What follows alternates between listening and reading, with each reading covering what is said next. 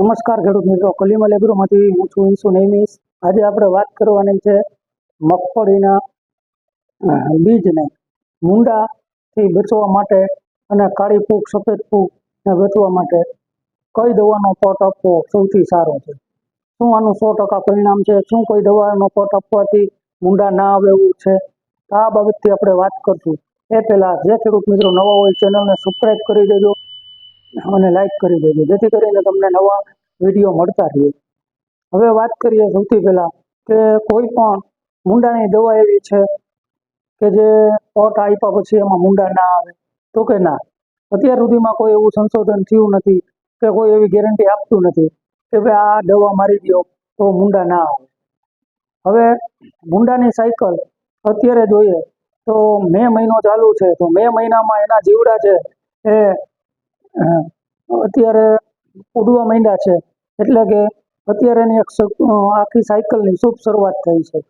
હવે આપણે કોઈ પણ દવાનો પટ મારશું તો એ પટ 35, 40, 45 દિવસ સુધી કામ કરશે. એ પછી એ જે પટ આપેલો હોય છે એની કાર્યક્ષમતા પૂરી થશે. એટલે શરૂઆતમાં આપણને મૂંડામાં ફાયદો થઈ શકે, પણ 40-45 દિવસ એટલે કે જ્યારે આપણે દોડવાનો સમય થયો હોય ત્યારે મૂંડા આવશે તો આ દવાનું એટલું કામ નહીં મળે. પરંતુ શરૂઆતની અવસ્થામાં શરૂઆતમાં ફૂગના ઉકસૂકનો રોગ, કાળી ફૂગ છે અથવા તો ચૂસિયા જીવાત છે અને શરૂઆતમાં મૂંડા છે, આ બધામાં ફાયદો કરશે. તો આટલા શરૂઆતમાં ચોક્કસ ફાયદો કરશે. અત્યાર સુધી આપણે રનિંગ વસ્તુ ચાલે છે એની વાત કરીએ તો કે રેનો, યુપીએલ કંપનીનું રેનો આવે છે, થાઈ મેથોક્ઝામ 30% FS, અને ધર્મજ કંપનીનું આપણે નિલાયન નામથી ઓળખીએ છીએ. એવી જ રીતે સુમિલ કંપનીનું ક્રેટા નામથી ઓળખીએ છીએ.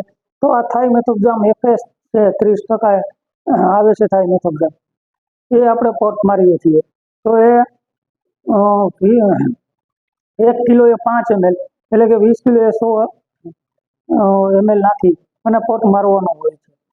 તો આ પટ મારી તો આપણે શરૂઆતમાં મૂંડા, ચૂસિયા, જીવાતમાં કામ કરશે. હવે ફૂગનાશકની વાત કરીએ તો રેનોની સાથે બીજું કોમ્બિનેશન એક ફૂગનાશક પણ નાખવું જોઈએ.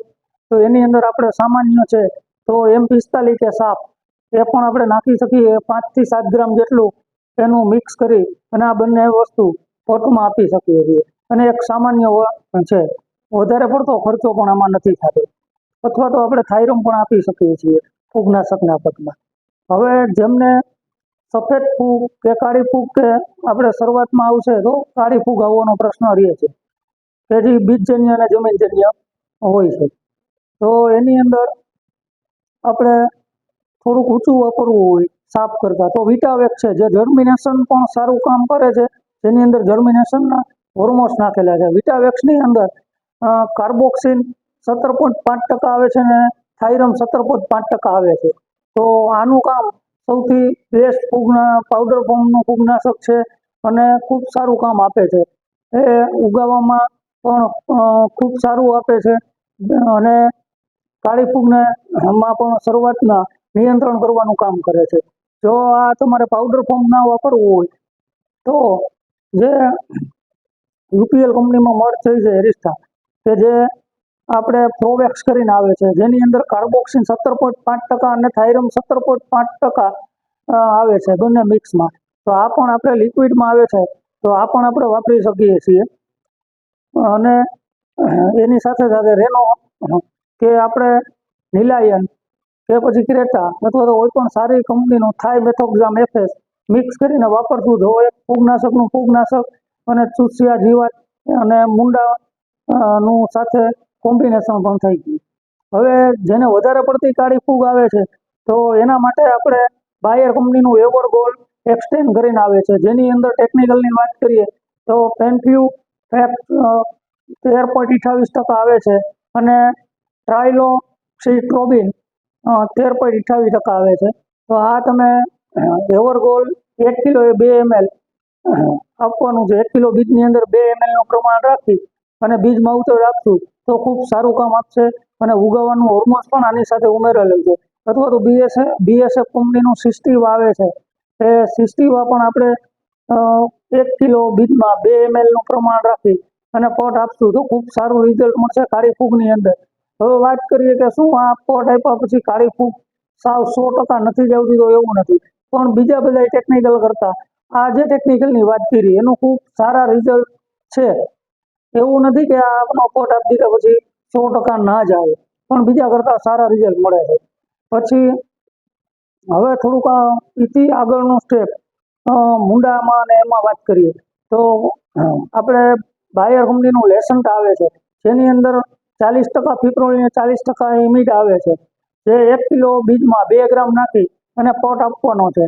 તો આનું પણ મુંડામાં એમાં સારા રિઝલ્ટ જોવા મળ્યા છે અને થોડુંક લાંબો ટાઈમ રિઝલ્ટ રહે છે એવું દેખાય છે.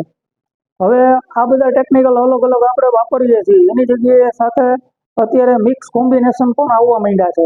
જેમ કે યુપીએલ કંપનીનું ઇલેક્ટ્રોન આવે છે, જે આપણે બેસ્ટ કંપનીનું છે, એ વોલ્ડન આવે છે.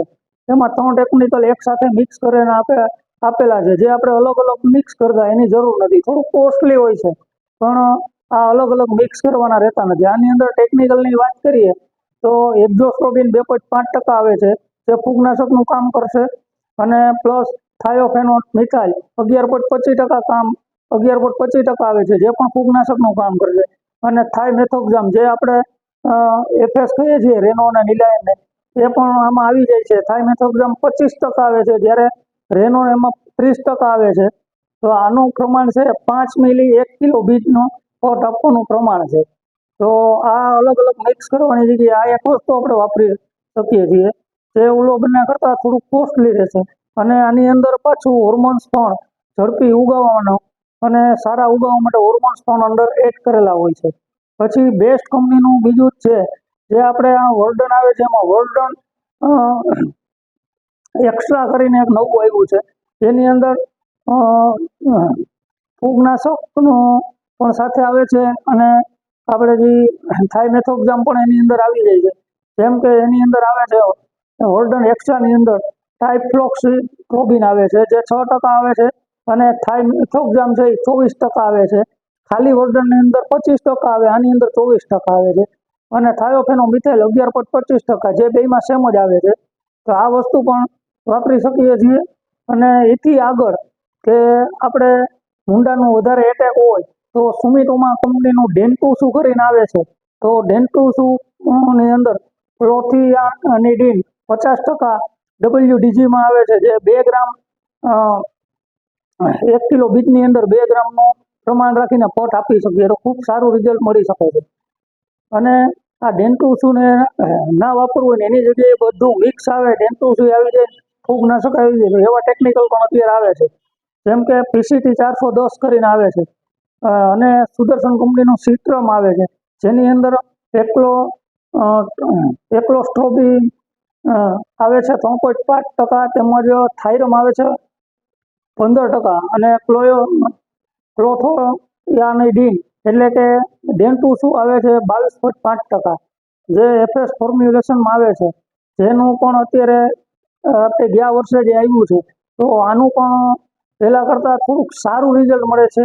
એવું નથી કહેતા કે એમાં મુંડા ના જ આવે, પણ થોડુંક સારું રિઝલ્ટ મળી શકે છે.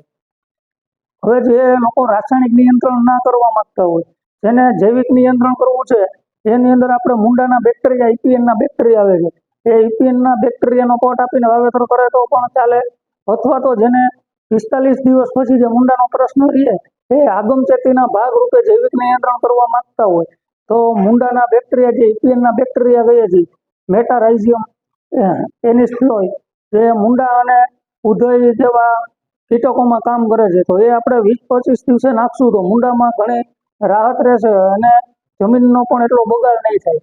તો આ હતી આપણે મગફળીના બીજને પોટ આપવાની વાત. તો આમાંથી કોઈ પણ આપણે વસ્તુ લઈ અને પોટ આપી શકીએ છીએ. આભાર.